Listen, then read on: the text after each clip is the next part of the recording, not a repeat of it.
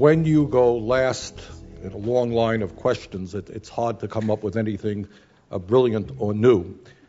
But I'll try. What the hell? Last year, legislation was introduced which had 12 co-sponsors, including Senator Kennedy, Senator Harkin, Senator Clinton, and I suspect many others, Senator Mikulski, which essentially would deal with an issue you heard a lot about today.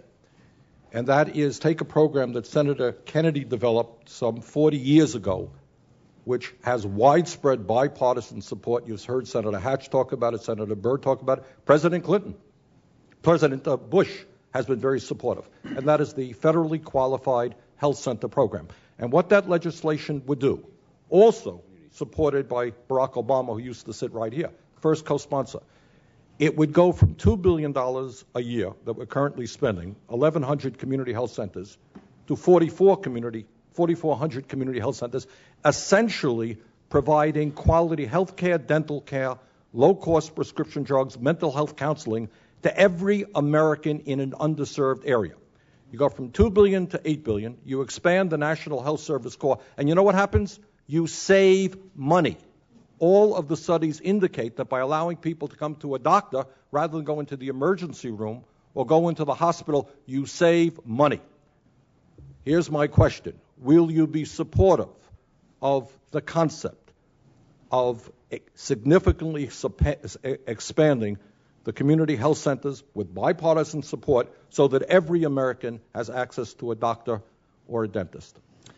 Well, Senator Sanders, you speak so passionately about this, and I share your passion, if not your eloquence. And I strongly support the goal, and will work very, very closely with you to see how closely we can come. I'd like to see if we could even surpass that goal, but I'm with you and would be very, very excited about the prospect of a partnership that would allow us to accomplish it while I'm there. Would you agree that spending that amount of money so that we quadruple the number of community health centers would actually save Medicare money, Medicaid money, and our healthcare system money? That it is no question.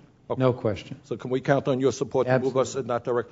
We are trying to get some money in the stimulus package to help community health centers. Is that something you can be supportive of? I can't speak to the stimulus package because it isn't completed yet, but I'm certainly supportive of putting it in every economic vehicle we have. I think there is economic stimulus to be had there, and while I will be enthusiastically supportive of the package, whether it's in stimulus or something else, the sooner we can get it done, the better.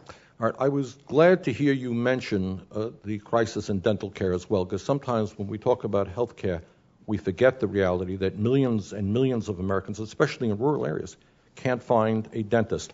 Let me bring back the issue, I think Jack Reed raised it as well, and others. The need to substantially increase funding for the National Health Service Corps so that we can get dentists and doctors into medically underserved areas. Is that something you would be supportive of? Strongly. I think Senator Mikulski and I talked a little bit about that as well, but you're absolutely right. We have been the beneficiaries in South Dakota of the National Health Service Corps, on the reservations in particular, but also off the reservations.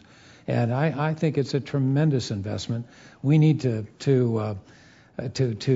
provide the kind of funding and to encourage the participation in National Health Service Corps that we've seen at times in the past. Right. And I'd love to work with you to make that happen. Thank you. And you mentioned dental care. We will work aggressively to increase the number of dentists in this country. We probably need more dental schools, but we have a graying of the dental profession.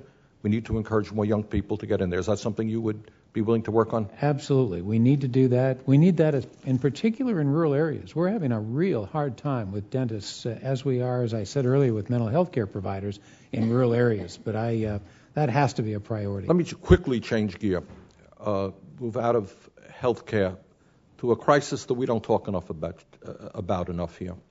And that is, we have 18% of our children living in poverty, which, as you may know, is the highest rate of childhood poverty in the industrialized world. At the same time, we have more people in jail than any other country in the world, including China.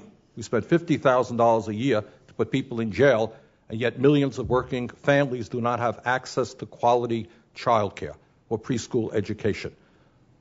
Would you make the needs of our kids and significantly improving the disastrous child care situation in America one of your priorities? Absolutely. As I said earlier to another question, I believe in that slogan that it's so much easier to build a child than to repair an adult. And I think we ought to get about building children, building the next leadership in this country, and I'd love to work with you to make that happen. Okay. Thank you very much, Mr. Chairman. Thank you.